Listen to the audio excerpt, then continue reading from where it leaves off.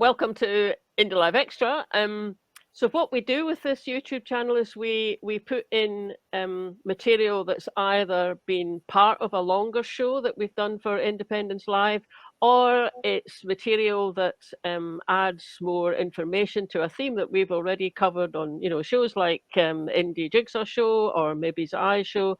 Sometimes it's little things that we didn't manage to get into the big show, but they're Yeah, still worth watching. yeah. For what we're going to give you now is an interview that we did with Jenny Eeles from Random Scottish History, and it was on the subject of the claim of right and the historical background to that. So here's Jenny to tell us a little bit more about that. Welcome to the Indy Jigsaw Show, Jenny, and thanks so much for coming to talk to us. We really appreciate that. No, you're very welcome. It's nice to be here. Yeah, great. And your cat. And Zara Cat, yeah. So look, so we've been doing these programs about the Constitution, and Fiona and I have been out and about. We're just talking to people and asking, have they thought, what do they think? But should Scotland have a written constitution, or for that matter, should the UK have a written constitution? And one of the things that came out of talking to people was folk would refer to the claim of right. People would refer to it, but they wouldn't necessarily seem to know a great deal about it. Could you maybe just give us a bit of a potted history about what the claim of right is? Sure. The claim of right was really Scots asserting their right to question authority, really. Scots have been very fond of self-determination since time immemorial. They always elected their own chiefs. It was always a fairly democratic situation that we lived in, and that really didn't end until after Culloden, and it was the after effects of Culloden that gave the chiefs and lairds more power than they'd ever had before. They no longer had to answer to their people, really. But the claim of right obviously came before that. That was 1689 that the claim of right came in. Patrick Fraser actually says in the Scotsman of March 1875, it was an article that we included in our Treaty of Union articles. He says, and I'll just read because he just said it very well, laid it out. He said, the right of appeal to Parliament from the judgments of the Court of Session was asserted by the Scottish Bar in the year 1674. And for so doing, the whole members of the Faculty of Advocates were banished from Edinburgh by the authority of the Crown, Charles II being then king. The people of Scotland would not submit to this, and accordingly, in the claim of right presented to King William and Queen Mary in 1689, this constituted one of the articles, that it is the right and privilege of the subjects to protest for remedy of law to the King and Parliament against sentences pronounced by the Lords of Session. That claim of right was accepted as a condition upon which these sovereigns were to be recognised as King and Queen of Scotland. So that lends itself to the idea that the Scots are sovereign. We don't answer to a monarchy. The monarchy answers to us. Authority answers to the people. And it was always with a view to being beneficial to the population of Scotland and the way of life of Scots. And as we see from Culloden in 1745, that really decimated a lot of the ground that was laid by the claim of right, because the claim of right was accepted as legislation. It was accepted by the monarchy. It was accepted by the Parliament of Scotland at the time. It was law, but after the Union and Culloden itself and the 15 Rebellion were civil wars that came as a protest to the Union. Scots didn't just want to put their own guy on the throne. That wasn't the sole purpose of that. It wasn't just to stick James on the throne or Charles on the throne. They felt that by putting these people on the throne, these people would then end the union with England and make Scotland its own country again. That's why Scots were willing to overlook all of the issues with those sovereigns, because those were sovereigns that didn't fully believe in the claim of right. These were sovereigns that felt that they were there by right of God, not by the people of Scotland, and not by consent. But the people of Scotland saw these people as a means to an end, you know. So in that way, the Union had a result and an effect, and gave us two civil wars that ended up with the Act of Prescription and a huge change in the lifestyles of the people of Scotland, and obviously led to the clearances, and we could go into a whole thing about that, you know. And I mean that 1689 document, primarily it was to clear the path for William and Mary being appointed as joint monarchs, wasn't it? I've read it through. It's it's fascinating. I mean, it's of its time. We're having no papists here. That's a big part of it. And then the other part of it, as you say, is that the king is subject to the laws and the laws of the country. And I was quite taken with it. There's a bit that says, must have been James had said that husbands were liable to be fined if their wives absented themselves from the church. So, and in the claim of right, it says that's nonsense. That we're not having that any longer. So I was telling my husband. He said, "Oh, that's good because." He says, you absented yourself from the church a long time ago. And, you know, it was a bit of a turning point, wasn't it? Something needed to shift in Scotland to get us away from the pickle that we were in and into a new monarch. And I mean, hopefully it would have been a better one. Yeah, I don't feel like they felt like they had an option. I mean, they'd restricted themselves with that whole nay papist thing. So really the first connection with the Stuarts was Mary, because she was the first and next Protestant heir. Yeah. So it wasn't, they didn't pick her because she deserved the position in any way. She was really just their only option at the time. And I don't know that Scots were entirely into that. And I think they needed to lay down the law with them before they even came into power, and just make them realise what it was that they were going to be taking on by becoming monarchs of Scotland. Scots have never been people to hold back, you know, like we like to just say it as it is and go, listen, you need to understand, right? And that's basically what the claim of right is. You know?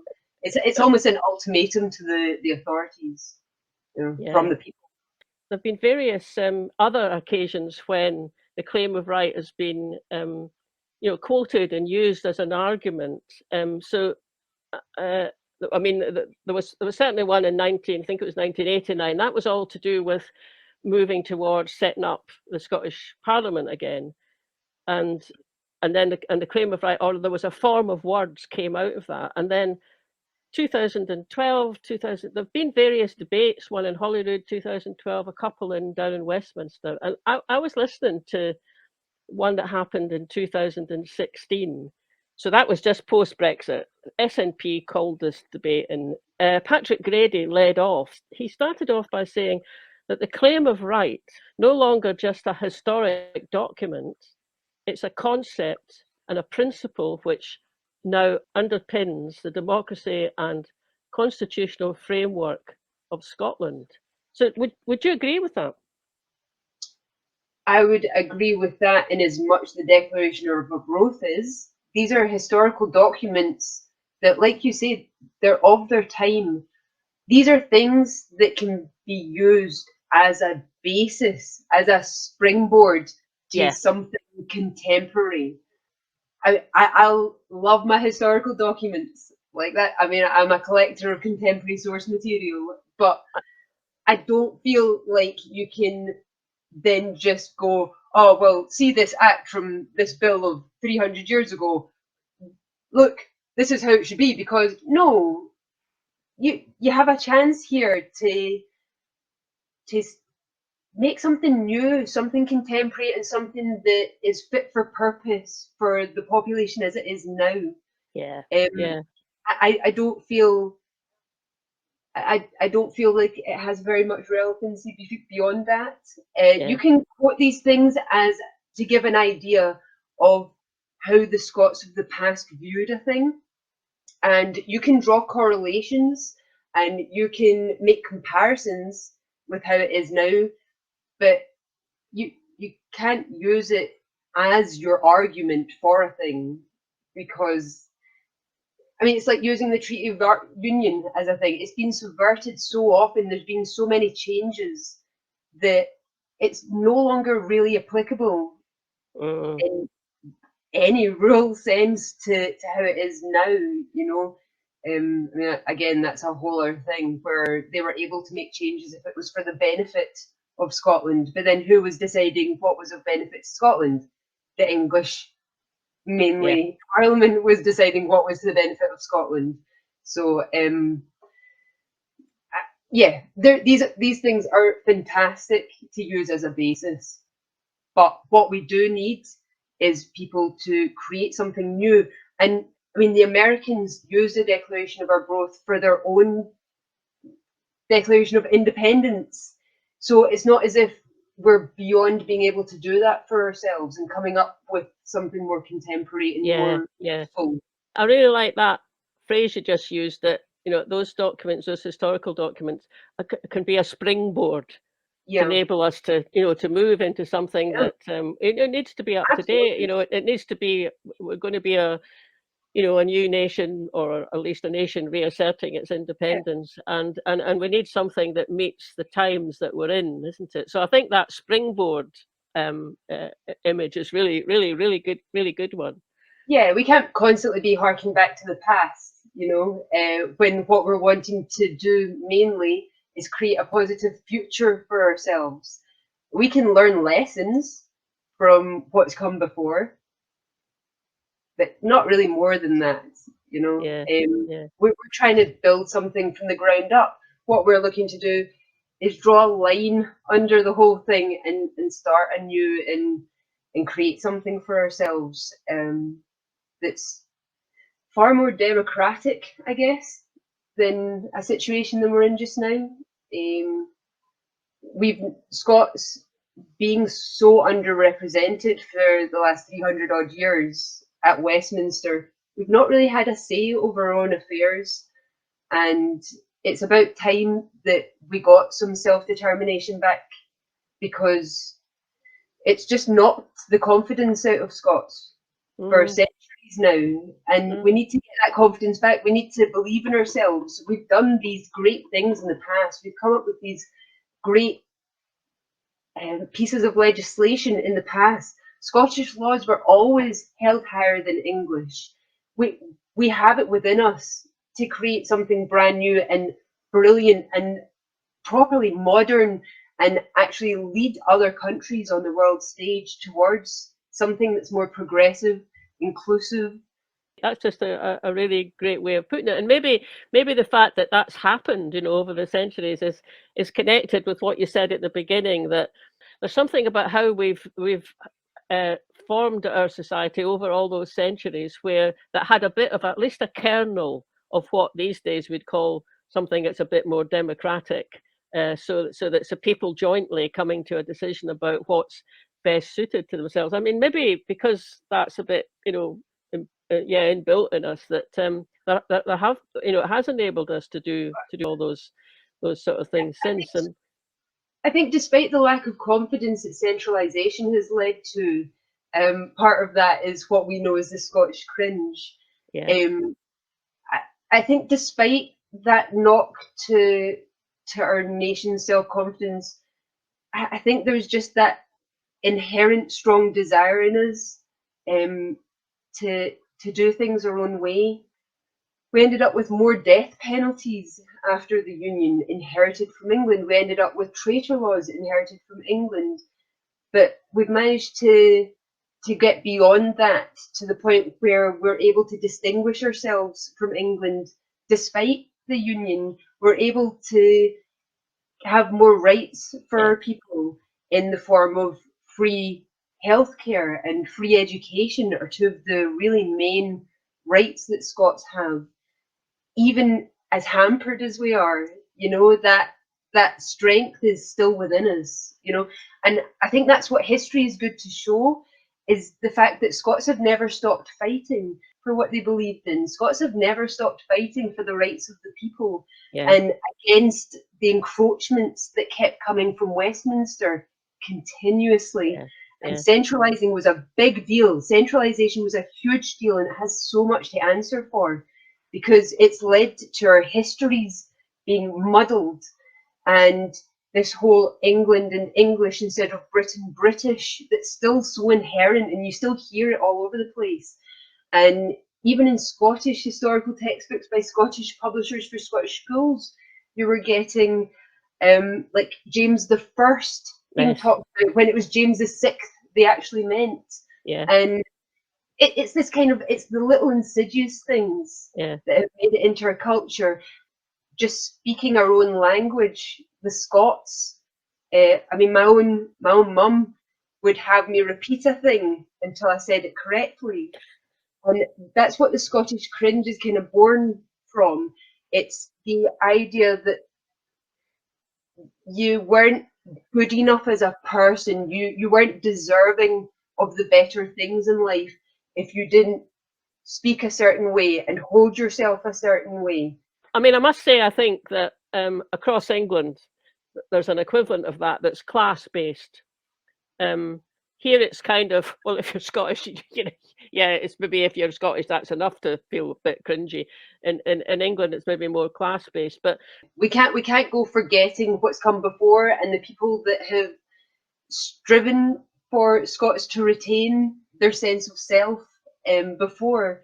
And there have been attempts. I mean, the Act of Prescription after 1745, that was supposed to last in their mind a generation. It ended in 1782. And that was an attempt to anglicise Scots, to deny them their culture and their way of life. What worked even better than that was the First and Second World War propagandas of, we are one people, we are one nation, yeah, we are in this together. yeah, People forgot all the previous contentions. They forgot everything that they'd been striving for previously. They forgot the people, the patriots that had been out for them, the William Burneses and the David McRaes and the Charles Waddies, and they forgot these people, and they forgot what they'd been attempting to get. And there was this period of nothing, of Britishness, until people started going, oh, hang on a minute, nothing's changed. We're still in this crappy position. We still need to be able to fix this somehow. And then you had the rise of the SNP, and you had this drive for self-determination again. And it was no longer home rule that they were wanting, because that had failed. We'd had hundreds of years of failing against Westminster purely because of the lack of representation. I mean, these days we call it a democratic deficit, isn't it? And maybe that's just another kind of description for what's been going on for the 300 years. 1689 got together and created this claim of right document. And actually, it's just been really fascinating having a chat to you. We could go on for a long time, I reckon, but maybe we'd better kind of stop there. Thanks so much for coming and having this conversation. We really appreciate it. Thank you. Thank you so much for having me. I appreciate it.